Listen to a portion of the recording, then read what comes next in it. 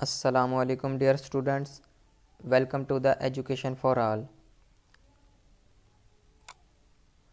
Students, आज की इस वीडियो में बात करेंगे gradient of a scalar field के बारे में।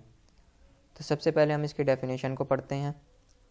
The maximum rate of change of a scalar function with respect to a space in a particular direction is called gradient of a scalar field. तो हमारे पास ये इसकी डेफिनेशन आ गई। अब हम इसके फार्मूले के बारे में पढ़ते हैं। Grad S is equal to del S is equal to partial S over partial N N cap. ये एन कैप हमारे पास इसका यूनिट वेक्टर है। Gradient of a scalar field is a vector field. तो gradient of a scalar field ये एक vector field है। तो ये इसकी फिजिकल सिग्निफिकेंस भी आ जाती है इधर। तो स्टूडेंट्स, अब हम इसकी डायग्राम को समझते हैं। हमने इसके डायग्राम के अंदर दो लेवल सरफेसेस रखे हैं स्केलर फील्ड के अंदर। तो हमने एक लेवल सरफेस यहाँ पर रखना है और एक यहाँ पर।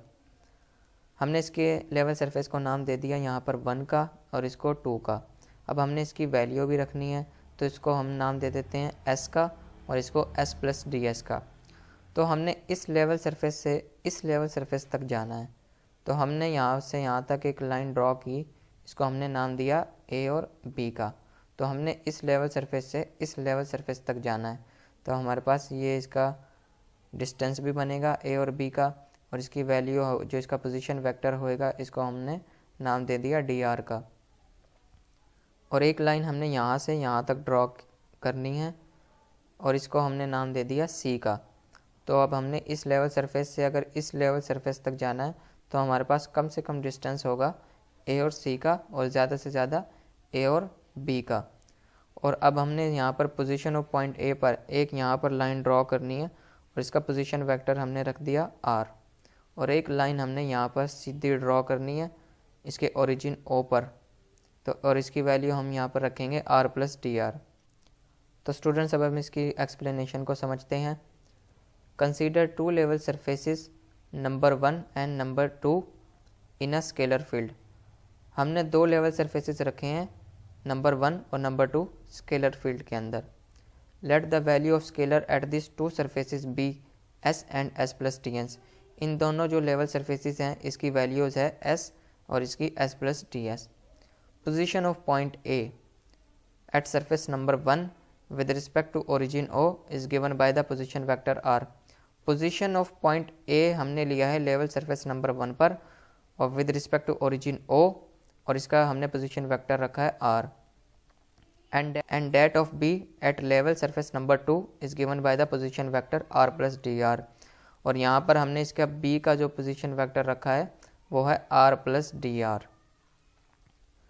तो अब हम इसकी वैल्यूज़ को फाइंड करते हैं। a और b की वैल्यू हमने यहाँ से फाइंड करनी है। तो हम यहाँ पर लिखेंगे now O A plus A B is equal to O B. तो ये हमारे पास एक वैल्यू आ गई। यहाँ से अब हमने ए बी की वैल्यू को फाइंड करना है। तो यहाँ पर ओ ए इधर पड़ा है प्लस का, तो अब हम इसको दूसरी साइड पर लेकर जाएंगे तो उधर जाकर यह हो जाएगा माइनस का। तो ए बी की वैल्यू हमारे पास आ जाएगी ओ बी माइनस ओ ए। और ओ बी की वैल्यू हमारे पास ऊपर डायग्राम में पड़ी है आर प्लस डी आर, जो कि हमने यहाँ पर एज इट इज़ लिख दिया, माइनस ओ ए की वैल्यू हमारे पास पड़ी है r, जो इसका पोजीशन वेक्टर r हमने रखा था r। तो r से यहाँ पर कैंसिल हो गया और ए बी की वैल्यू हमारे पास आ गई dr। अब यहाँ से हमने a और c की वैल्यू को फाइंड करना है, क्योंकि इसका लीस्ट डिस्टेंस कम से कम जो इसका डिस्टेंस बनेगा इस लेवल सरफेस से यहाँ पर जाने के लिए वो बनेगा ac।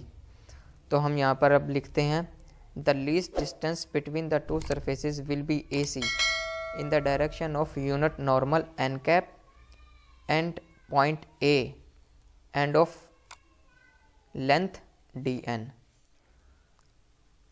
AC is equal to dn n cap। ये n cap हमारे पास इसका यूनिट वेक्टर है। जब हमारे पास एक यूनिट वेक्टर पड़ा हो साथ और उसका मैग्नीट्यूड भी साथ पड़ा हो तो वो हमारे पास डेफिनेशन के हिसाब से उसका वेक्टर बन जाता है। तो ये dn का मुकम्मल एक वेक्टर बन गया हमारे पास। Now rate of increase of s at point A in the direction of AB is equal to partial s over partial r। ये हमारे पास ए बी की वैल्यू आ गई partial S over partial R. तो अब हमने इस वैल्यू में मल्टीप्लाई और डिवाइड करना है पार्शियल एन से। Multiply and dividing by partial N, rate of increase of S at point A in the direction of A B, partial S over partial R. तो पार्शियल एन से हमने multiply भी कर दिया और डिवाइड भी कर दिया। इसके बाद हमने जो नीचे की वैल्यूज़ हैं इनको रिप्लेस करना है आपस में। जहाँ पर पार्शियल आर है वहाँ पर पार्शियल एन हो जाएगा और जहाँ पर पार्शियल एन है वहाँ पर पार्शियल आर हो जाएगा। तो ये हमने वैल्यू को यहाँ पर रिप्लेस कर दिया। From triangle A B C से हमारे पास कॉस थीटा बराबर होता है बेस ओवर हाइपोटेनस। तो ये हमारे पास वैल्यूज आ गई हैं partial N over partial R. तो हमारे पास partial N over partial R की जगह यहाँ पर आ जाएगा cos theta. Rate of increase of S at point A in the direction of A B is equal to partial S over partial N cos theta, जो कि हमारा partial N over partial R की जगह cos theta आया है। अब इसके बाद हमने कॉस थीटा की वैल्यू मालूम करनी है, यानी कि यहाँ से हमने अब थीटा की वैल्यू को फाइंड करना है। This rate of increase is maximum for theta is equal to 0 degree. In this case vector A B coincide with the vector AC, so greatest rate of increase of magnitude of S at point AB partial S over partial n cos 0 degree. तो theta की जगह हमने 0 degree लिखा और cos 0 degree हमारे पास 1 के बराबर होता है। तो यहाँ से हमारे पास AB की वैल्यू आ जाएगी partial S over partial n। This greatest rate of increase partial s over partial n of s is along AC or in the direction of unit normal n cap at point A. So in vector form equation 3 becomes greatest rate of increase of s in magnitude and direction. So students हमारे पास इसकी value आ गई हैं grad s is equal to partial s over partial n n cap. n cap हमारे पास इसका unit vector है। हमारे पास वैल्यू आ गई थी ए बी की यहाँ पर partial S over partial N. तो साथ हमारे पास इसका एक ये यूनिट वेक्टर आ गया और यही हमारी वैल्यू बन जाती है gradient of a scalar field की।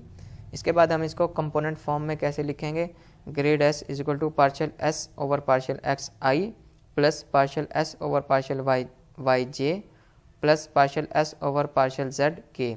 तो ये हमारे पास इस कंपोनेंट फॉर्म में इस तरीके से हम वैल्यू को लिख सकते हैं इसको कंपोनेंट फॉर्म में। तो स्टूडेंट्स अगली वीडियो में हम बात करेंगे gradient of a scalar field के न्यूमेरिकल के बारे में। तो न्यूमेरिकल में हमारे पास है grad S is equal to del S. हमने ग्रेड एस से डेल एस को प्रूव करना है। सो स्टूडेंट्स अगर आपको हमारी ये वीडियो पसंद आए तो हमारी वीडियो को लाइक करें और चैनल को सब्सक्राइब करें। मुझे दीजिए अगली वीडियो तक के लिए इजाज़त। अल्लाह हाफिज़।